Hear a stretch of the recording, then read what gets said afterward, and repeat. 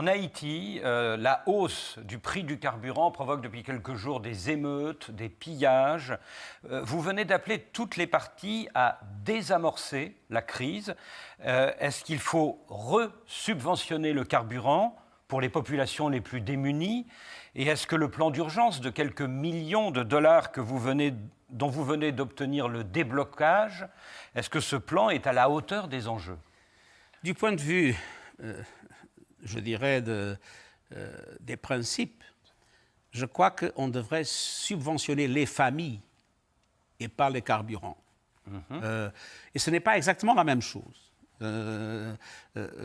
parce que ça permet aux familles d'obtenir les ressources dont elles ont besoin, et ça ne se traduit pas dans un bénéfice pour les combustibles fossiles.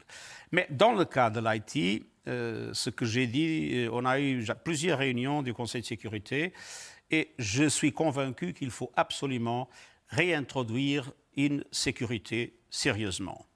Et la proposition que j'ai mise sur la table, c'est qu'il faut vraiment un programme international d'appui à la formation et à l'équipement de la police, mais qu'il faudra avoir dans cette perspective une force robuste, capable de mettre fin à l'action des gangs.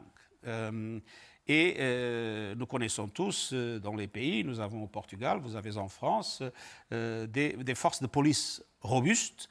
Et je crois qu'il nous faut avoir en Haïti, dans cette transition de formation et d'équipement d'une police qui pour le moment est inefficace, il faut avoir une force qui puisse vraiment mettre de l'ordre vis-à-vis une ville, notamment, mais aussi le pays, complètement contrôlé par des gangs. Ce ne sont pas des mouvements politiques, ce sont des gangs, malheureusement, infiltrés aussi par des gens liés au pouvoir économique.